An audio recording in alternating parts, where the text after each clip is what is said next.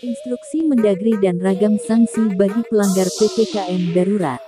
Menteri Dalam Negeri, Mendagri Tito Karnavian mengungkapkan konsekuensi hukum terhadap pihak-pihak yang terbukti melanggar protokol kesehatan (prokes) selama masa pemberlakuan pembatasan kegiatan masyarakat (PPKM) darurat di wilayah Jawa Bali mulai 3 sampai 20 Juli tahun 2021.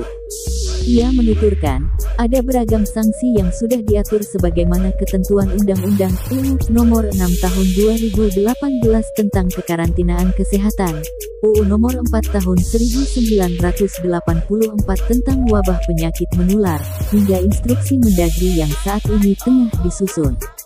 Tetap digunakan UU yang ada.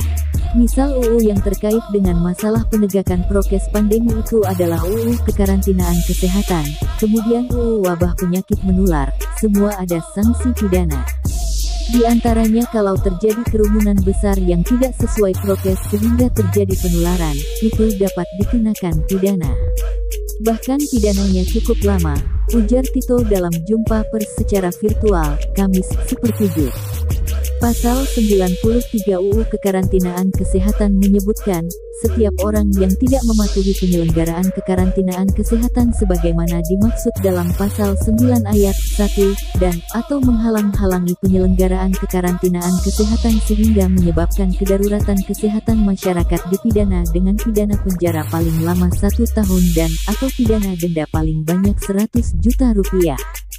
Kemudian dalam UU Wabah Penyakit Menular ketentuan mengenai sanksi terhadap pelanggar prokes termuat dalam pasal 14 yang berbunyi 1. Barang siapa dengan sengaja menghalangi pelaksanaan penanggulangan wabah sebagaimana diatur dalam UU ini diancam dengan pidana penjara selama-lamanya 1 tahun dan, atau denda setinggi-tingginya 1 juta rupiah. 2. Barang siapa karena kealpaannya mengakibatkan terhalangnya pelaksanaan penanggulangan wabah sebagaimana diatur dalam UU ini diancam dengan pidana kurungan selama-lamanya 6 bulan dan, atau denda setinggi-tingginya Rp500.000. 3. Tindak pidana sebagaimana dimaksud dalam ayat 1, adalah kejahatan dan tindak pidana sebagaimana dimaksud dalam ayat 2, adalah pelanggaran. Selain itu, Tito menyatakan penerapan pasal yang termuat dalam KUHP juga bisa digunakan terhadap para pelanggar prokes. KUHP juga bisa dikenakan misal ada tempat yang jam 8 harusnya ditutup tapi tidak dilaksanakan, pelanggar prokes melawan. Ada pasalnya. Pasal 212-218 KUHP, melawan perintah petugas yang sah, tutur dia. Mantan Kapolri ini menambahkan peraturan daerah Perda, maupun peraturan kepala daerah Perkada juga memuat sanksi terhadap para pelanggar prokes.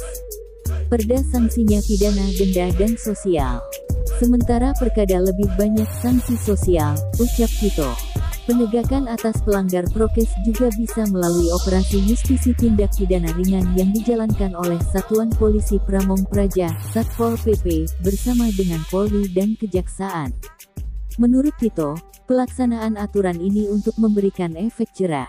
Lebih lanjut, ia berujar juga ada sanksi bagi kepala daerah yang tidak melaksanakan PPKM darurat merujuk pada UU Nomor 23 Tahun 2014 tentang Pemerintahan Daerah Pemda.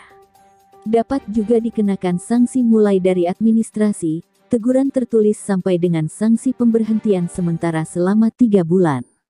Ini sudah disampaikan dengan kepala daerah tadi, kata Tito. Di samping itu, Kemendagri tengah menyiapkan draft instruksi menteri untuk menyokong pelaksanaan PPKM darurat. Tito mengatakan nantinya dalam instruksi tersebut turut diatur rincian soal sanksi. Semoga informasi ini bermanfaat. Bantu like dan subscribe-nya. Terima kasih.